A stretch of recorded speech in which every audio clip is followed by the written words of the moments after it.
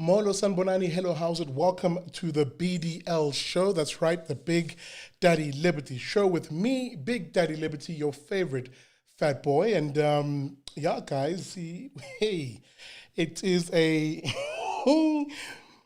it's an interesting evening, isn't it? Lots of breaking news to an extent, or I shouldn't say lots, just one item really that is breaking news. One Cyril Ramaphosa, who's gone missing for quite a while, on some hashtag, where in the world is Cyril Ramaphosa? Well, he's decided to come out of his hole. Seems Buffalo Bill Dlamini Zuma has let him out, and he's going to address the nation at 8 p.m. tonight. That's in about an hour or so. I won't keep you. The show won't be more than an hour. It is a jam-packed show tonight where I'm going to begin with the top 3 items I think that influenced me in this news week. The top 3 items that I've been watching in the news cycle. So before I get to any of that, let me just do a little bit of housekeeping, make sure that everything is pashash. Guys, hello, Molo, Sanbonani, hello, how's it? Shalom. Can you guys actually hear me? Let me just see if that comes through in the comments. I don't see any complaints yet. So I'm taking it that you can actually hear me. Guys, as I said in the show's title, I'm gonna discuss a few issues here tonight. Before we get to our main interview at about 7:20 with the guys from the PANDA Group, that's the Pandemic Data Analysis.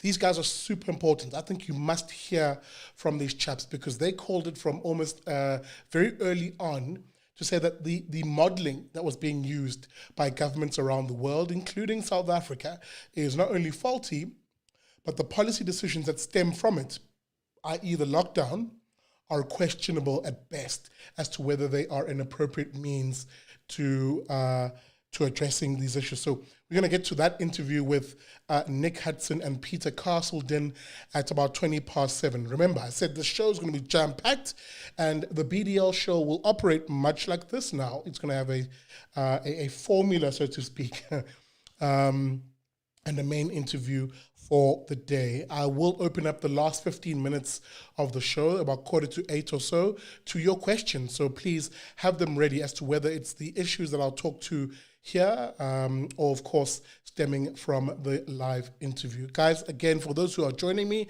Sanbonani, welcome to the show. Remember, if you want to support the BDL show, if you want to support Big Daddy Liberty, you can do that from as little as $1 a month on Patreon. And I've explained to you before as to exactly what these funds will be helping me do. And I'm very close to that mission, if you will, of beginning the groundwork of the advocacy for liberty ideas. The idea of how, and the ideas rather, of how we build a property-owning, prosperous, free, non-racial, and prosperous society, free and prosperous society. The fact that I'll be hitting the road and living on the road for the next 6 months at least, basically advocating for these ideas in communities across the country. That mission begins at the end of this month in June. So about a week and a half or so, and I'll be on the road. On the road to where? BDL, you might be wondering. Well, at the moment I am looking to sell all my goods here in Johannesburg to raise some more funds for these. And I see some questions here, but I won't be distracted quite yet. I hit the road from here to Johannesburg, and on my way down to Cape Town, where I'll be based for about a month or two, I will be hitting various towns along the way, from your Bloemfontein to Kimberley, to some of the smaller towns like Daar, etc., as I make my way down to Cape Town. And on that trip, if you will, I will bring it to you I nearly said live, but I suppose some of it will be live on the Big Daddy Liberty show in either the vlogs or the BDL show. And on my way down, get in touch with me. Get in touch and say, hey, BDL, if you're going to be in my part of the world, as you go down from Johannesburg to Cape Town, swing by and let's run a small campaign. Let's get people in your town talking about liberty issues. So you can contact me. My contact details are in the descriptor of this video. You can email me either at BDL at BDL at BigDaddyLibertyShow.com. And of course, it is you guys who are the Patreon funders, the Patreon donators, who are making all of this happen, giving me the cash to be able to put the diesel in the bucket to travel, to ever increasingly look to hire a small team of guys who can help me put these shows together, an editor, a camera person, etc., etc. All these things need funds in the real world, and it is you, the Patreon donators, who are making that happen. Speaking about the Patreon donators, let me shout them out very quickly, the new ones on the show. Christo Heyer, thank you for the understanding. I see your $25 per month, homie. Thank you so much. I see HRUS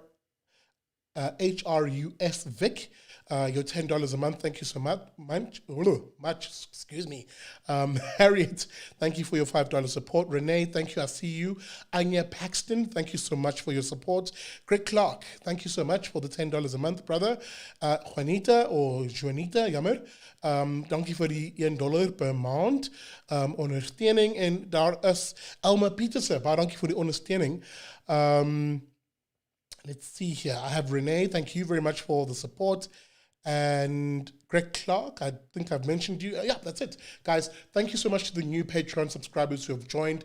I really do appreciate it. You are very much part of the Liberty Bus, getting me into communities across the country. All right, guys, let me hop straight into it because, as I said, at 7:20, I'll introduce my guests on the show from the Panda Group. But before that, some of the interesting things that I see have come out of the news cycle, and they're all kind of COVID related. In fact, the president is going to speak in about 50 minutes or so, again, setting these new regulations, by the sounds of it, of what these politicians are calling advanced level 3. Oh my goodness. Again, all of it is nonsense. All of it is crap. It's absolute crap. It has nothing to do with fighting COVID. It has nothing to do with addressing, and I'm skeptical to even call it a pandemic anymore, but it has nothing to do with fighting this virus. What it is now is the ANC government, which is guided by a particular ideology, advancing that ideology under the guise of COVID. What is that ideology? Well, we've spoken about it on the show. It's the idea that they've got a communist doctrine, a socialist communist doctrine called the National Democratic Revolution, which they've essentially been trying to enact in this country for the past 26 years already. This lockdown period and the powers, the declaration of a state of disaster, the powers that it gives the politicians has been their gateway, basically, to try and push in as much as they possibly can of these sort of authoritarian powers. But let me not get into too much detail on that. I will traverse this area with the guys from Panda insofar as asking them, do the numbers and the stats and the models that they use to do all of this justify the political and policy actions that we've seen? So stay tuned for that discussion at 20 past.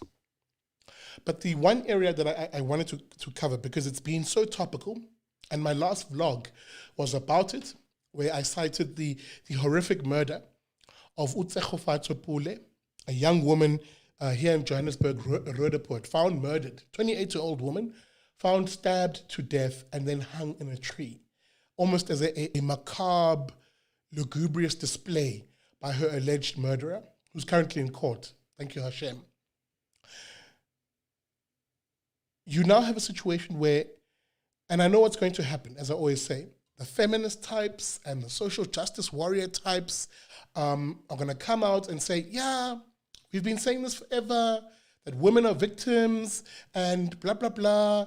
And I don't see from that particular pocket of voices, who are the loudest voices on this issue, I sometimes don't see them being advocates for women taking the power into their own hands to be able to extinguish evil themselves in the moment, on the spot, to be able to defend themselves as women in this country, defend their life, their liberty, and their property rights in the moment. I don't see them being some of the loudest advocates for that. Instead, as per usual in this country, the rhetoric is, oh, what is government doing about this? What are men in society doing about this? And blah, blah, blah. And whilst we pontificate on these issues, whilst we flap our gums on these issues, women are dying. Women are dying. And again, I must circle back. It is the men in our society who are doing this. We have strayed so far from our values as South Africans, who we are, that we're not teaching men in society again to not only value the next person, to value the next individual, because we live in a violent society. We're not valuing each other's lives, to be honest. But beyond that, we're not teaching men to play the role that they should really play, which is to be the protectors, to be the ones who stand up and say, no, not in my name. This doesn't happen in my name. Think about your friend circle. I've told the story before on social media about my homeboys from Mlazi, where I grew up. The guys who we hung around in the corner with, a group of about 10, 12, 13 of us. Fellas, boys, homeboys. We grew up together, we know each other, and even as we grow older now, we still keep in touch and we keep tabs for each other. I made sure that we fostered a culture amongst us as men, as young men, as lads, to be protectors of the women in our lives, to be the advocates of the sort of values and norms that a man literally has in a society, that you look after each other as brothers, that we look after each other as boyfriends to girlfriends, as husbands to wives, that we have that innate role in us, given to us by Hashem or whoever you want to argue has given that role to us, to be protectors in society. We don't see that and those values being transmitted anymore. We don't see the values, the family values that I always talk about, which are so important in how we socialize people. And it comes back to the family, I would put forward, in terms of how I see the genesis of a lot of this violence. It comes back to the breakdown of the family, the absolute breakdown of the family. And the effects of it are pronounced on young men in particular, where young men don't know how to act. They don't know how to treat a woman in their lives. They don't even have a sense of respect for the individual rights, the life of someone else. I mean, look at the rate of fatherless households in our country. In fact, if I remember the stats off the top of my head, the last year, all new births that were registered in this country, about 63% of them had no information about the father on those. And that's a nearly year-on-year thing. Now imagine the spin-offs and the consequences, the repercussions that stem from something like that, of not necessarily broken homes, but close to being broken homes, where men are not taking responsibility. And we're raising young men who then perpetuate that sort of thing, major social issues. And we don't tackle these with an honesty that I think is required. To say, guys, the family unit is critically important. The individual and the family unit are critically important. Looking to government and politicians to help us on these things is perhaps, it's secondary. It's secondary. We ought to be empowering the individual, both in terms of saying, how do we deal with the breakdown of the family unit and how we raise our young men in society, and simultaneously recognizing that we live in a violent society. How do we empower women to be their first responders, since the men don't want to play that role? And for me, gun ownership, of those women who want to own a gun, getting trained, number one, doing it legally, number two, being proficient, number three, and literally having that tool on them all the time, is one of the most powerful deterrents we can ever create from a policy position in terms of defending our women. And really, let me be precise and specific, women having the means to defend themselves.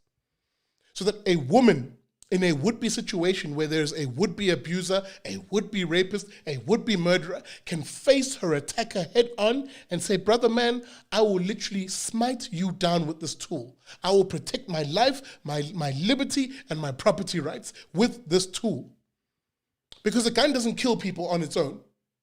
And a gun doesn't just fire off, whether in self-defense or in a murder on its own. It is us, the individuals, good and bad people, who use it as a tool. And I'm advocating for more good people in society to be armed self-defenders. We must be the ones who push back against the evil, who push back against the crime. It's as simple as that. It really is as simple as that. Again, and I don't say that because I'm suggesting this is some sort of panacea, that it'll fix everything. No, of course not. There are no panaceas in society, but we cannot sit back and continue to argue that women must wait for these fantastic social theories from the sort of the trendy lefties and the feminist groups and et cetera, et cetera. We must somehow wait for these theories to catch up with reality. No, guys, it can't be. There is a reality right now, and there is a definitely a powerful tool we can put in place to at least allow women right now to defend themselves. That's my thoughts. I'll be interested to see what you think in the comments. Because again, these stats, personally, I would love to see a society where we read more headlines that woman successfully defends herself, murderer, would-be murderer, shot dead in the street. Would-be rapist, shot dead in the street. Those are the sort of headlines I'd love to read, if I'm to be brutally honest. I'd love to read more headlines like that. Instead of headlines of woman assaulted, woman raped, woman killed. And I must show you exactly what I'm talking about. And I'm sorry to do this. I want you to see what I'm talking about in terms of how women in this country and all around the world, really, the sort of violence they face and how petty the reasons some men can use to assault women. Viewer discretion, of course, is advised on this. It's a short video of a woman being assaulted simply because she told this guy, "I'm not interested in you." Let's see if this works. I'm sorry, I'm trialing this for the first time. But again, I repeat, viewer discretion is advised.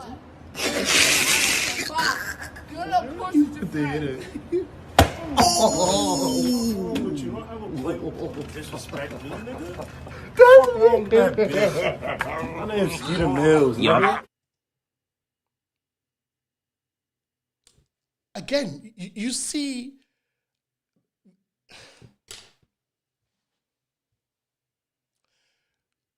look, that particular incident happened in America. But I can tell you now, there are women who are watching that and thinking, "Yerra, that's my daily bread," so to speak, or my daily reality rather, in South Africa. A terrible culture of young men in particular who simply do not know how to protect the next person, in particular the women in our lives, or how to act right.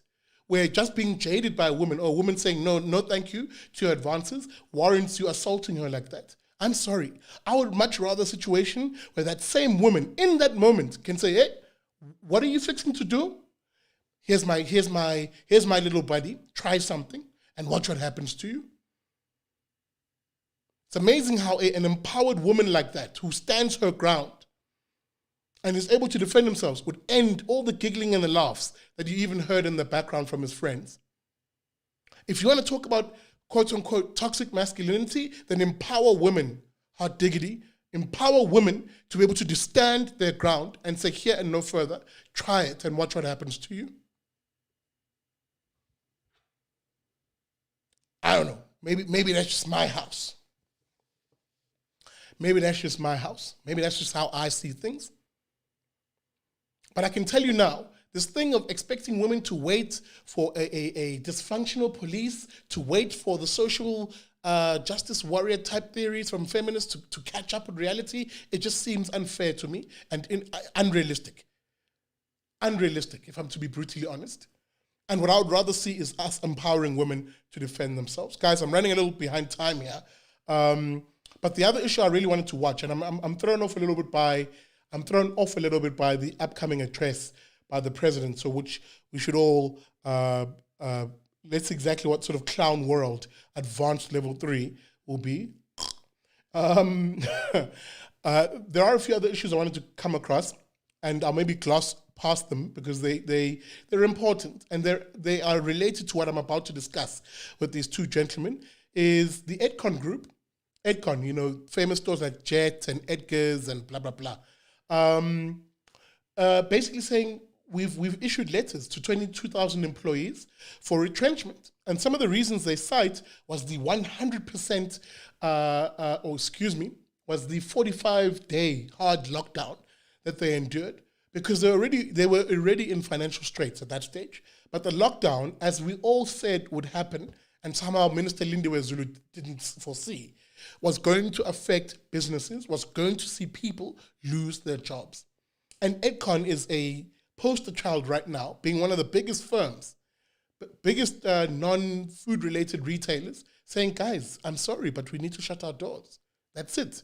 You've broken our backs as business with this hard lockdown. We cannot continue trading.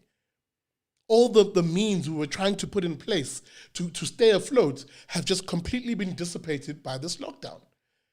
And it's questionable now, as my guest I think will elucidate even better, it's questionable whether this lockdown was even necessary, per se, or even if it was even useful, to be honest, which is the greatest indictment for me.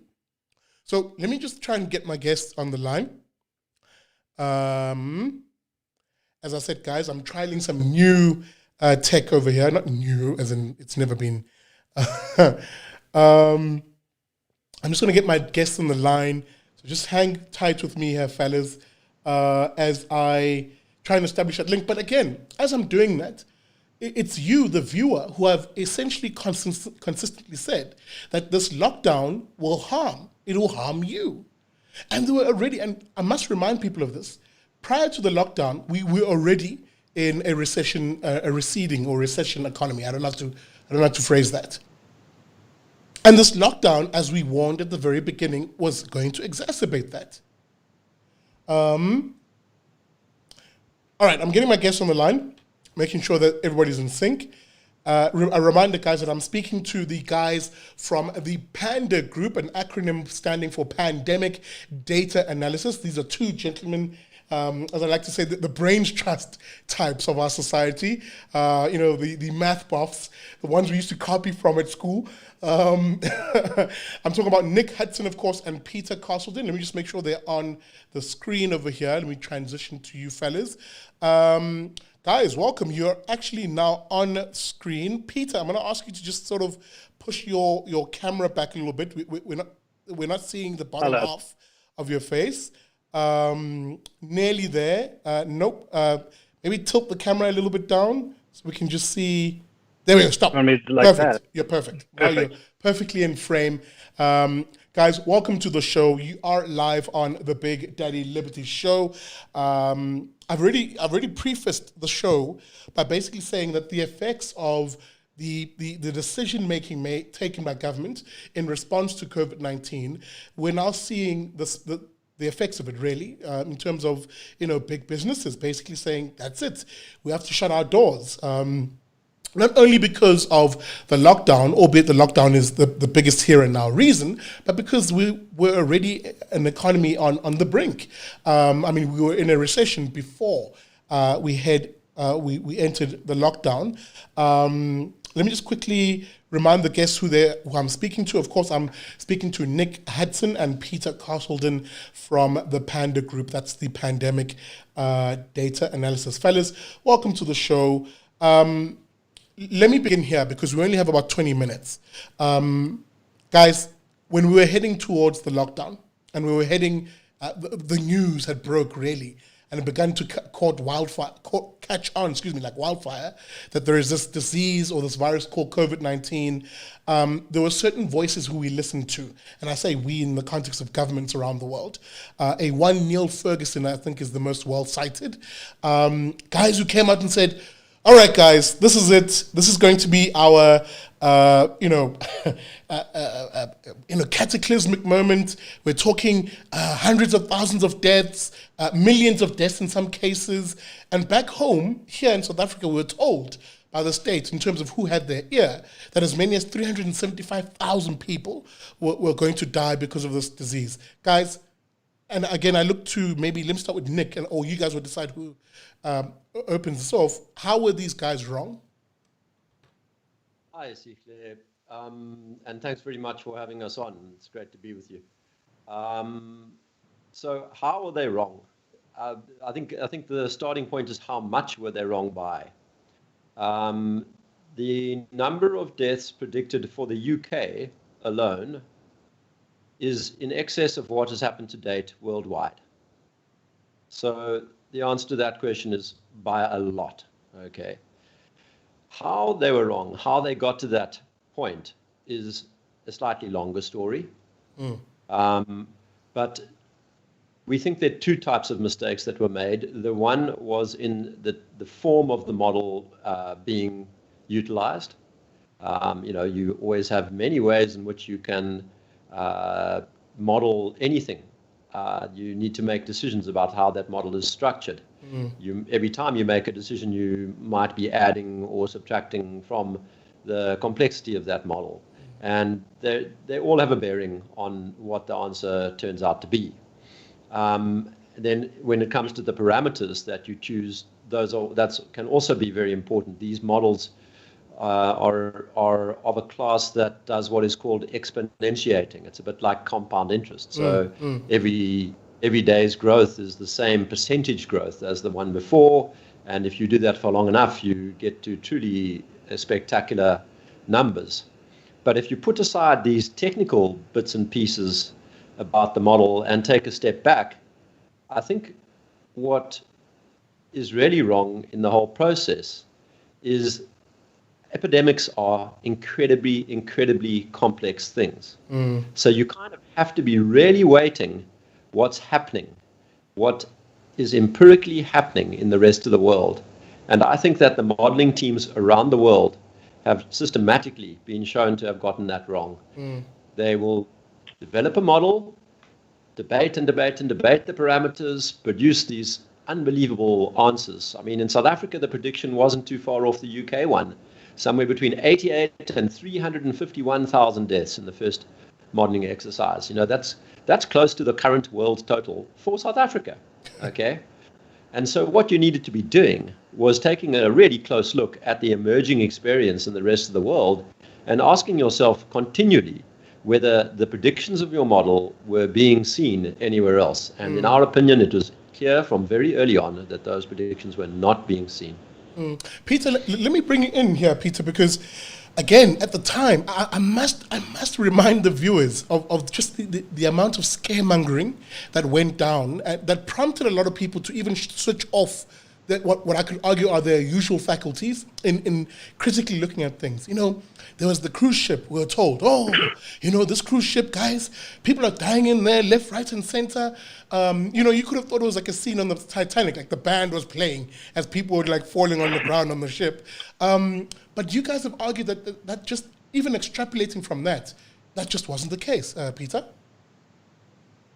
Yeah, that's right. So fairly early on, it was quite obvious that this is not a mild virus. This is still something we should have taken seriously. But it was quite obvious early on who are the high risk groups we're talking about. So I think one of the mistakes we made early on in this country and globally was that the fear of God was driven into everyone. That if you caught this thing, you will probably die, or you have a good chance of dying. And the reality is that young people with no comorbidities, the vast majority of South Africans at least, if they get the virus, 80% of them won't even notice, and the rest will have a really good prognosis. But scaring everyone into thinking they are going to die. And some people, obviously we've seen people are dying. We know who the groups are that are at the highest risk, but scaring everyone is actually really unhelpful. Right. And again, I segue to this because, even at the time, and I raised this because I was laughing at it, but it's not funny, but it's kind of funny. I was thinking to myself, guys, there's something fundamentally wrong because of telling people to basically everybody to lock down, stay away, don't keep contact, or rather don't contact anybody, as if everybody, has the sort of health metrics that someone like I do, right? Which is being morbidly obese, hypertensive, stuff that we already, at the very early onset, we're being told that are the actual higher risk groupings. But we were telling healthy people to stay away and it just didn't make sense because again, from a lay perspective, historically, we've always told the more healthier people that, hey, look, you might get this, but you're more likely to develop the sort of antibodies that can see you function and basically build what was, touted and is touted, as herd immunity. again, let me focus this conversation, guys, because I think you're one of the first people who really called it quite early, and you developed a I don't know if I should call it a tester model. Peter, I'll let you explain this a little better, which proved a little bit more rigorous than the more popular models that were going around. Peter, do you want to maybe just take us through that? What am I referring here to? So what we realized that was going on, there was kind of the wrong step in South Africa and actually across the world, is that the entire focus of the planet became on a single metric. It was all about COVID cases and hospitalizations and deaths. And that's possibly fine for richer countries. But in South Africa, there's always a trade-off when you make these decisions. And the whole world was talking about of minimizing a specific outcome, being let's minimize the deaths, which is admirable, obviously incredibly admirable. But the reality is in South Africa, we live with a massive disease burden, and you get what's called the crowding out effect. So, I mean, people may not realize this, but every day in South Africa, we have about 600 deaths from diseases that you can catch from people, including HIV and TB and the ones that everyone would know about. But if the whole country focuses on a single virus, at the expense of the other ones, we are going to do more damage by focusing on a single one, but ignoring the trade-offs. So we took an approach to say this lockdown, whether it works or not, is debatable. We can touch on that later. But even if it works, there is a cost. There absolutely is a cost, and it's not money. The cost is actually going to be on people's health and livelihoods and life expectancies. And that's essentially what we tried to do, is to model what may be the impact of a lockdown on the stuff that isn't being measured or focused on by the planet and the decision makers. And then, Nick, you guys released was the quantifying years of lost life paper. That was the one that really set everything off, and I think began to bring back the sanity in this debate and discussion in South Africa. Do you want to maybe just quickly talk me through what that basically postulated, what it said, and some of the findings in that? Yeah, I mean, put simply, what that paper pointed out was that poverty kills. And it's not a difficult thing for many people to understand. The calculations that we performed tried to estimate to what extent the lockdown's economic contraction would result in its own loss of life, independent of the coronavirus. And, we used standard life insurance techniques. It's very important for life insurance companies to be able to estimate the effect that incomes or have on people's life expectancy. And so we just took those tried and tested methods and applied them to the whole population of South Africa and tried to estimate, what is this impact going to be? That's without trying to, pinpoint it and say this many deaths owing to a suspension of cancer screening, this many deaths owing to a suspension of elective surgeries, this many deaths owing to vaccination campaigns that don't continue, this many owing to deaths of despair, this many owing from malnutrition, owing to incomes going down. We didn't go and do an attribution.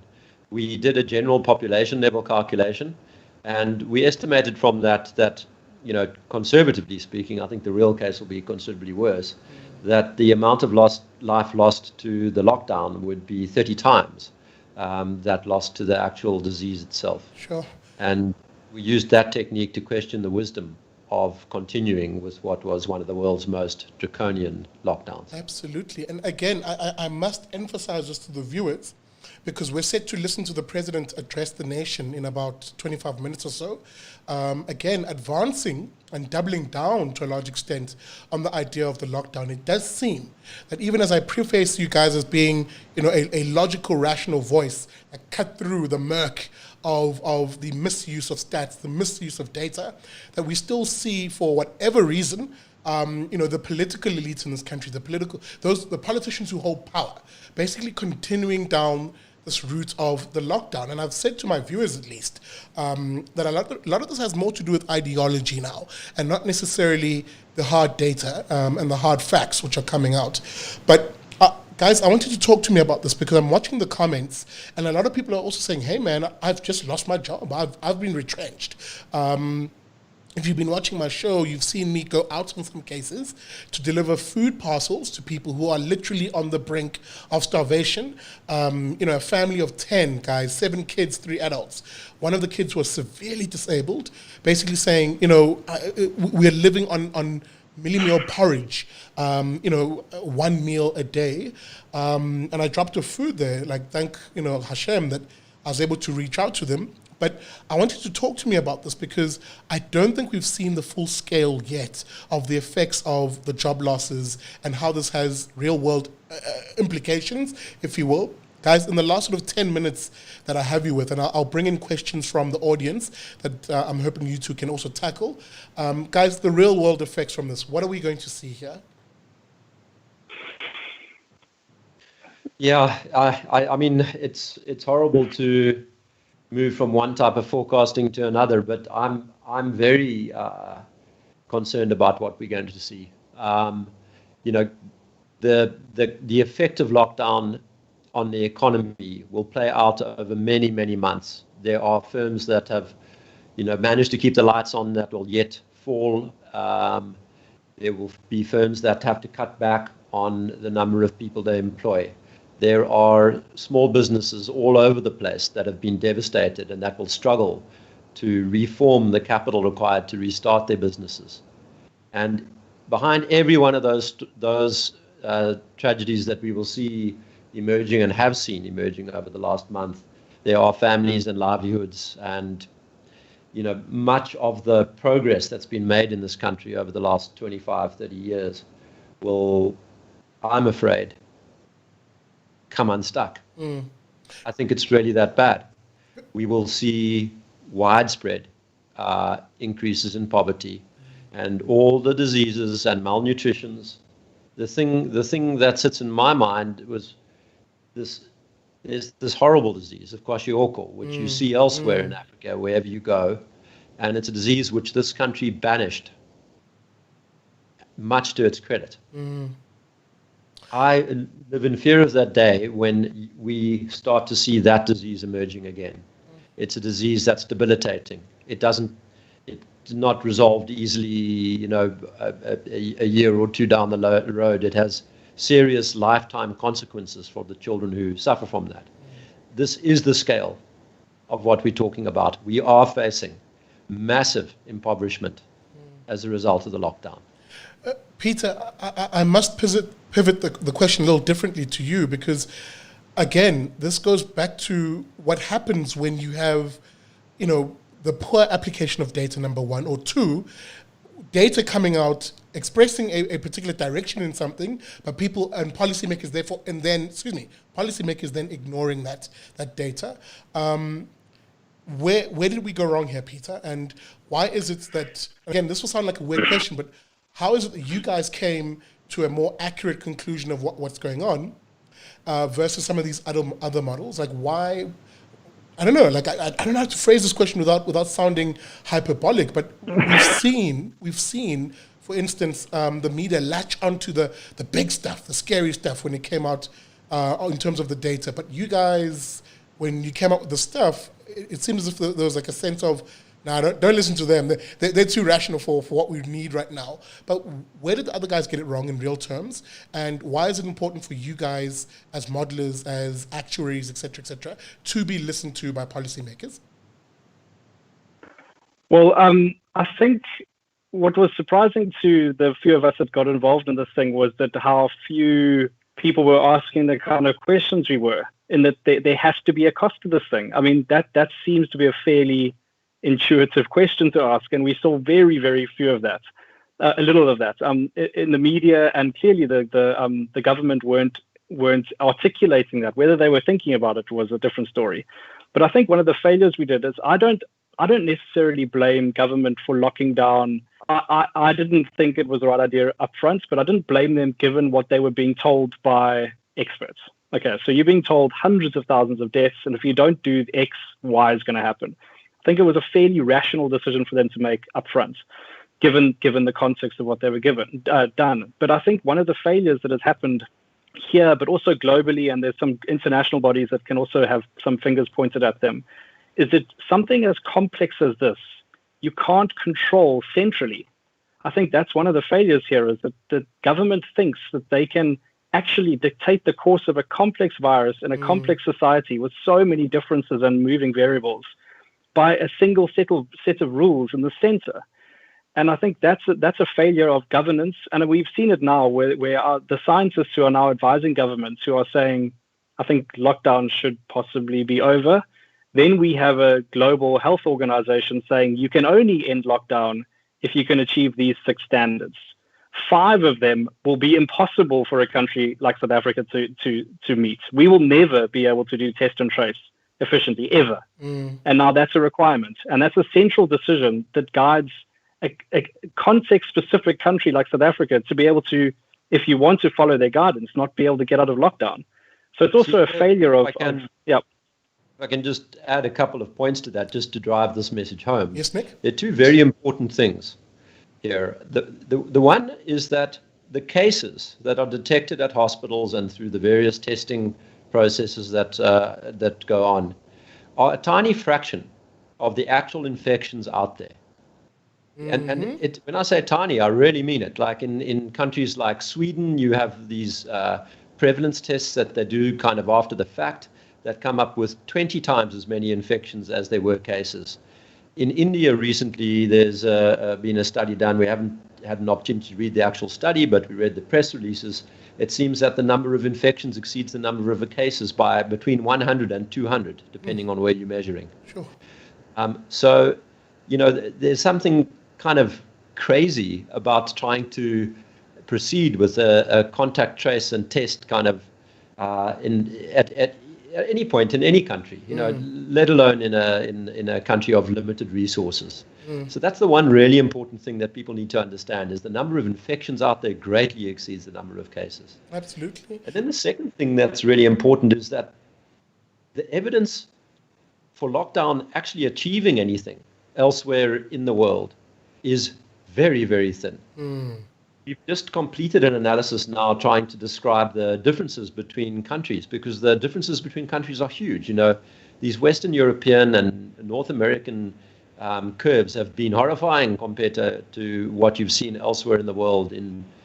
Iran was one of the early ones, but anywhere in Southeast Asia, even in South America, despite all the noise that's being made about Brazil, there are epidemics peaking at a level that's roughly a third of the level in Western Europe. And when I say it's peaking right now. The curve inflected the day before yesterday, I think.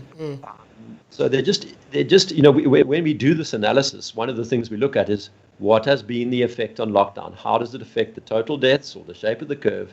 And we keep on coming up with the same answer, that there's no visible impact. It does not flatten the curve. It does not save lives. Sure. Yo, guys, okay. I think even as I listen to this, I'm struck, and I'm hoping the viewers are also struck by how rhetoric versus the data are worlds apart right now. And I say this in the context of literally a president who's going to speak to us in 15 minutes to try and reinforce this idea that, yes, our being in control and, centrally organizing everything will solve these problems and blah, blah, blah, blah, blah, blah, blah. Guys, I'm running short on time, but in the last 15 minutes, I'm going to keep an eye on questions from the viewers. But maybe before I get to any questions from them, I want to ask the final one from me at least. With us continuing down this line of a lockdown and politicians effectively doubling down on these means, if you will, either as a way of quote unquote flattening the curve, which you've aptly described as not very possible, as not possible at all. I look to countries like Sweden then, right, who didn't go through a lockdown in any real sense. I look to countries like Iceland, et cetera, why is it that they avoided, I don't know, again, I'm struggling to phrase these questions because these are such complex things and we've been told so much. But let me simplify the question. How is it possible that a country like South Korea, Sweden, Germany to an extent, I think, didn't necessarily embark on a hard lockdown, what did their modelers and their epidemiologists see that ours maybe didn't? And what lessons should we learn from this going forward? It's a great question. I think what made a huge difference was the nature of the people involved in the process. So where you had these kind of grisly old guys like, just help me with the names, like Giesecke and what's his name, Anders? I can't remember now. Name escapes me, Zichle, but where you have these grizzly guys who've been around the block and they've seen a couple of outbreaks and they kind of know how these things play out and they think about them in more considered fashions. They're not alarmists. They're not panic button people. They're not rushing around to build models. That's the one thing that the sensible guys all have in common is they do not start with models. Yes. They just reference past experience. And I think those guys take a more measured response. They know that they're limited. There's limited ability to predict and they know that there's limited ability to fight a very contagious virus. And so they do the sensible things that are not going to cause collateral damage, and they roll those things out. And then they quickly admit when they've made mistakes. You heard the guys from Sweden admitting the other day that they hadn't handled the nursing room.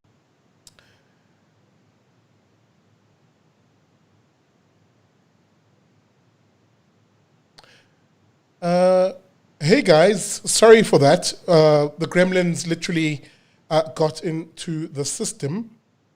Let me just make sure that we're back on air, and I'll just wait for the comment section just to confirm if we're back.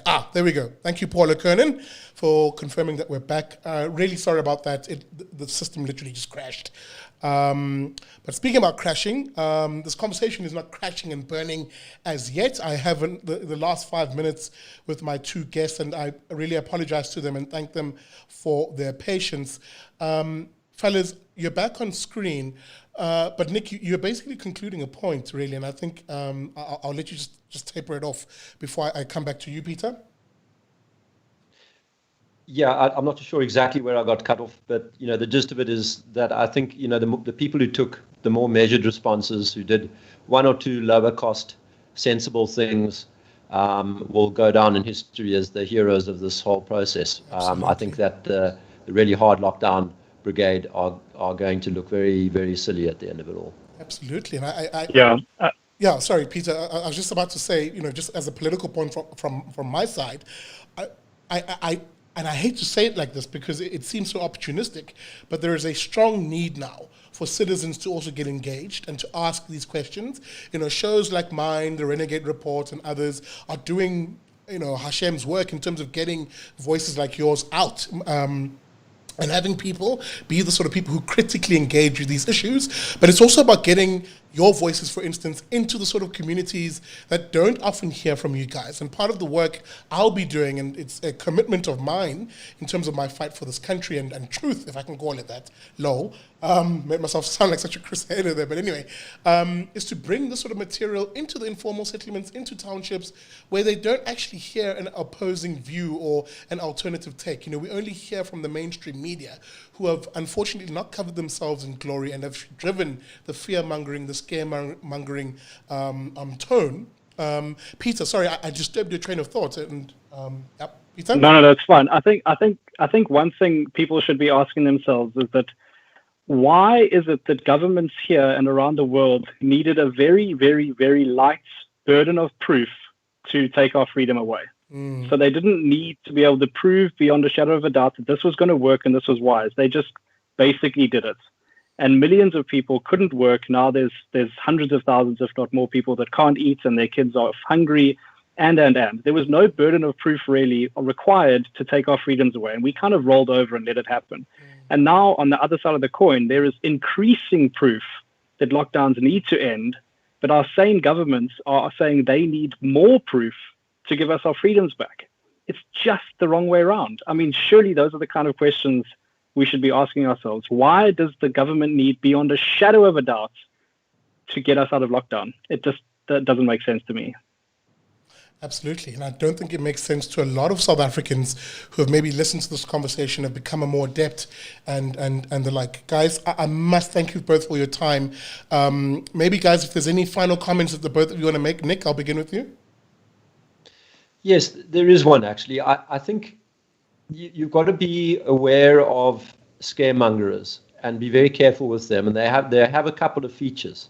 The one thing they do is they cherry pick a couple of examples. So they will go on to Sweden as a very common whipping post and compare it to one neighboring country but not another. And then politely fail to point out the difference between, say, Spain and Portugal, you know. So you've got to be very careful about people who come out with these, what we call the secret sauce of pairwise comparisons, you know. And then you must also be very careful. You hear a lot of news reports about these so-called resurgences or second waves. They're very often just small anomalies in the data that have been picked up because of some change in testing protocol or people returning to hospital for elective processes and testing positive, but they're not really sick of coronavirus or that kind of thing. There are all sorts of small things that are happening that cause little upward ticks in data. And they're being widely reported, mainly in the international media. I must say our media has been, I think, a lot better in South Africa. In the international media, you often see these stories of, oh, there's a resurgence. It's the second wave coming here, there, everywhere. The red states in America, here, you know, unbelievable. And it's very dishonest and it creates fear. And I think, you know, people must just harden themselves against that kind of news. Don't jump at every kind of scare story that comes out. You've got to remember that all of those modelers, every single last one of them, predicted that when lockdowns ended, there would be a huge, overwhelming resurgence that would finally overburden the hospitals that were never overburdened in most parts of the world. And that simply never happened. They should all be retiring their tired and failed theories. Yeah. Peter, final word? Last one. I think the one thing is that we must try and avoid a sense of tribalism in this country. There's not team lockdown and team end lockdown. We are all South Africans at the end of the day. Absolutely. And we all need to be trying to get to the right solution for this country, because none of us want to have, I don't want to personally see millions of starving kids so I can later say, I told you I was right. That's just not what's motivating us. We're trying to actually get this country to the right answer as quickly as possible. And I think we must try and not be polarizing on that. We are all on the same team. And the final one, which I just hope this message gets out, if your kids are normal, healthy kids, they will not die from this disease. They can go back to school. That's my last word. Absolutely. And fellas, I must thank the both of you profusely for your time. That, of course, was Mr. Nick Hudson and Peter Castleden from the Panda Data and Analysis Group. You can reach them, or the Panda Group at least, on Twitter. I think their handle is at pandata19. And, of course, the homies can be found on Facebook by just searching Pandemics Data and Analytics Panda. Guys, thank you so much for your time. And thank you, dear viewer, for being with your favorite fat boy as I trial some new stuff. And I'm really sorry about that little break. It was actually the program that I used to stream that completely crashed on me. Guys, as I said, the show is going to be a tight 1 hour one. If there's any questions, please pop them in the group or pop them in the comment section. Remember to share this show widely. Let us get the show out as widely as possible, especially as I prepare to hit the roads of this country doing the advocacy work, bringing you some of the voices like these gentlemen on this show and into communities, that is, that don't often hear from them. Guys, I'm your favorite fat boy, Big Daddy Liberty. And as always, as I always end the show, and I know a lot of you are already I'm seeing it in the comments already, as I always say at the end of the show, never trust a commie